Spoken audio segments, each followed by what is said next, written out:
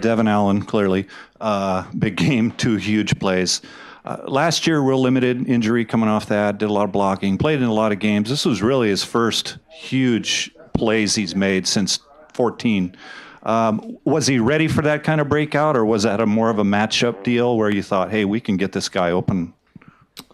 Probably a combination of both. He's practiced really well. I think he's getting into the rhythm of football again, and I mean that was a phenomenal play. The third down conversion, the long, I can't even remember what it was, 3rd and 100, but a fantastic play.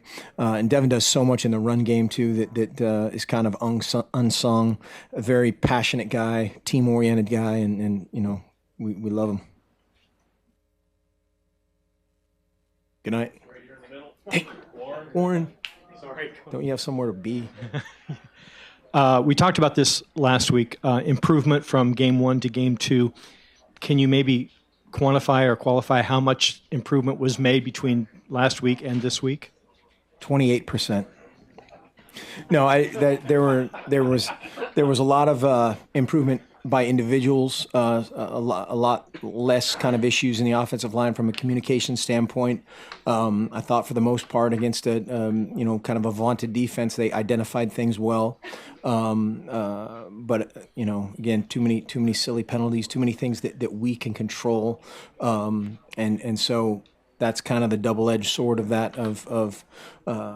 It's great to win, it's great to do a lot of really good things, and then it's just frustrating when the easy stuff is kind of stubbing our toe.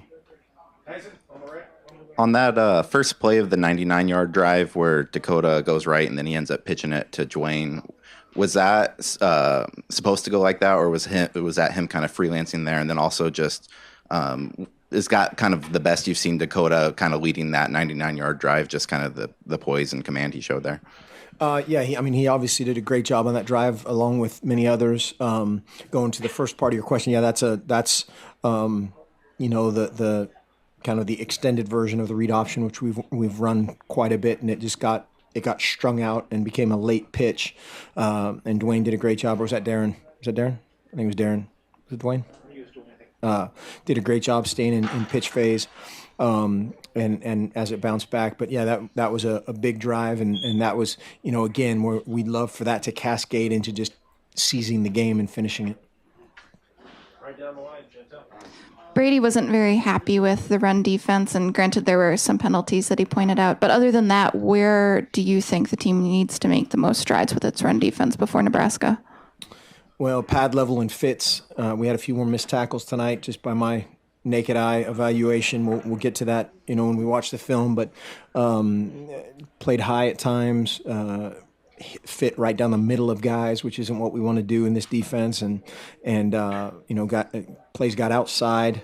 I think one of our guys tripped our other guy on that kind of, I can't remember how that 4-yard run or 3-4-yard run, lost contain, and so that all those things again are just they're simple, but they're frustrating.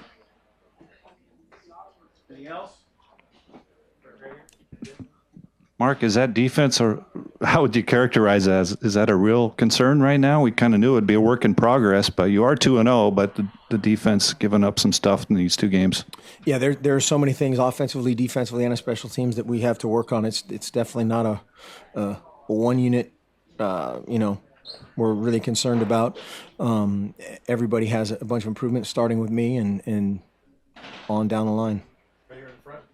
You mentioned Royce's first half. What did you think about his second half and his 85-yard run, and him in terms of moving up the ranks and in the history of Oregon running backs? Well, Royce is just awesome. I mean, for those of you guys around him a lot, just what a special guy he is, and so the success he has and the production that results from his work and natural talent is obviously great for us and great. He's a great college football player and a better person.